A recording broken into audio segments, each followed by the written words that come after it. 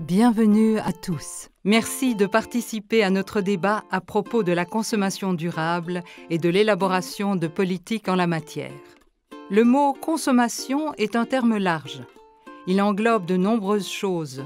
Le café ou le thé que vous avez bu au petit déjeuner, la maison dans laquelle vous vivez, la voiture, le bus ou le vélo que vous prenez pour vous rendre à votre travail, même les appels téléphoniques que vous passez.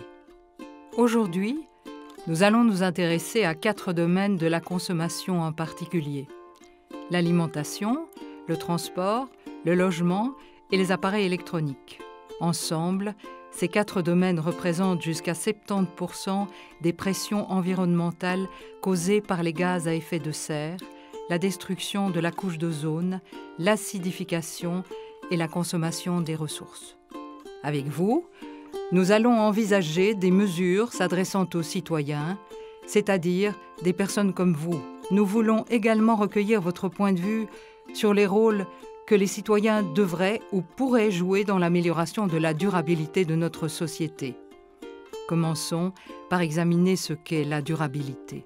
En bref, la durabilité a pour objectif d'améliorer notre existence maintenant, sans détériorer les conditions de vie des générations futures. Pour y parvenir de façon équilibrée, nous devons aborder la question de la durabilité du point de vue des personnes, de la planète et du profit. La consommation durable est la consommation qui utilise le moins de ressources naturelles possible et qui élimine le plus de pollution possible. Parallèlement, elle favorise l'égalité sociale et la prospérité économique. La consommation durable est importante pour un certain nombre de raisons. Telle que la situation se présente, les ressources de la Terre ne vont pas pouvoir supporter indéfiniment le niveau actuel de production et de consommation des humains. Si les modes de consommation actuels se poursuivent, nous aurons besoin d'une planète supplémentaire d'ici 2030 pour continuer à répondre à la demande. Les effets de notre consommation ne se ressentent pas uniquement à l'échelle locale, ils sont mondiaux. La plupart des choses que nous consommons en Europe sont produites ailleurs et sont importées, qu'il s'agisse de bananes, d'appareils électroniques, d'énergie ou de voitures. Lors du débat que nous allons avoir avec vous aujourd'hui, nous allons aborder 3 manières de parvenir à une consommation durable, lesquelles ne sont pas mutuellement exclusives. La première consiste à évoluer vers une consommation de produits plus durables. La deuxième est la diminution de la consommation. La troisième est la réduction des déchets. Pour que les décideurs politiques puissent élaborer des mesures efficaces, il faut idéalement prendre en considération le point de vue des 3 principales parties: gouvernement, entreprises et société civile. Ces parties constituent ensemble ce qu'on appelle le triangle du changement. Chaque groupe a ses propres objectifs et essaie d'influencer les autres. Pour qu'une politique porte ses fruits, les priorités de ces divers groupes doivent concorder. Tel est le défi qui attend les décideurs politiques européens. Et le sujet de la durabilité constitue actuellement une haute priorité européenne. Europe 2020 est un projet européen central. L'objectif est de construire une économie intelligente, durable et inclusive avec des niveaux d'emploi, de productivité et de cohésion sociale élevés. Europe 2020 est à la base d'initiatives pour une Europe efficace dans l'utilisation des ressources et des mesures pour parvenir à une économie dite circulaire.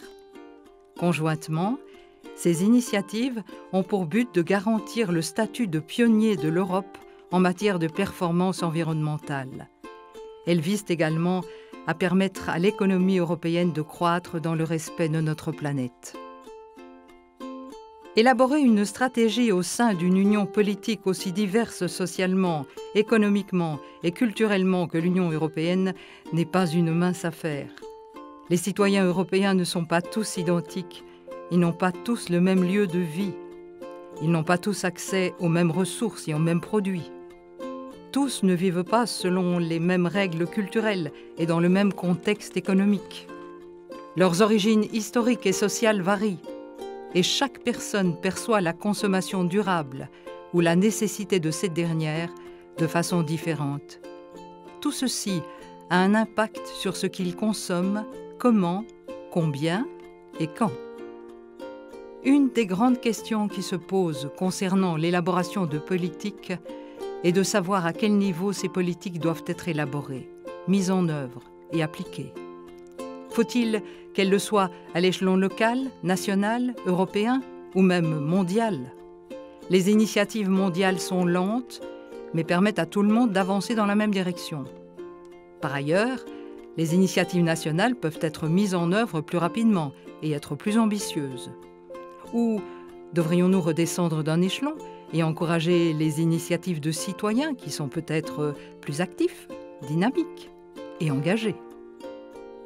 Intéressons-nous à quelques-uns des instruments politiques utilisés par les décideurs pour tenter d'influencer la consommation. Leurs options se classent en 4 catégories: information, réglementation, instruments financiers et encouragement. En fournissant des informations aux citoyens, les décideurs politiques essaient d'opérer un changement sans limiter le choix. On part du principe que les consommateurs feraient de meilleurs choix durables s'ils étaient mieux informés. Même si les décideurs politiques recourent fréquemment aux campagnes d'information, elles ne sont pas toujours efficaces, car il est possible que les consommateurs ne changent pas de comportement malgré le fait qu'ils disposent d'informations d'excellente qualité. Par exemple, il est possible que le contexte économique ou que leur situation sociale les en empêche. Les règlements sont prescriptifs et comportent également la menace de sanctions en cas de non-respect. Interdictions, normes obligatoires, autorisations, permis de construire, tous sont des exemples d'instruments réglementaires. La réglementation peut être très efficace pour changer les habitudes de consommation. Un règlement doit aussi être mis en application, ce qui impose des tâches administratives supplémentaires aux autorités locales et gouvernementales. Dans certains cas, les règlements restreignent les choix offerts aux citoyens en retirant des produits ou des services du marché. Parfois, les réglementations ont l'effet inverse. Elles stimulent le développement de nouveaux produits plus durables. Les décideurs politiques peuvent aussi recourir à des instruments financiers pour atteindre leurs objectifs. Ils peuvent taxer les comportements qu'ils veulent empêcher et subventionner ceux qu'ils veulent encourager.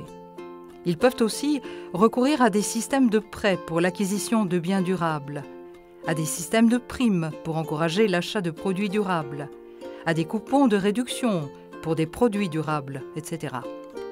Toutes ces mesures peuvent servir à rendre les produits durables plus intéressants financièrement que les alternatives moins durables.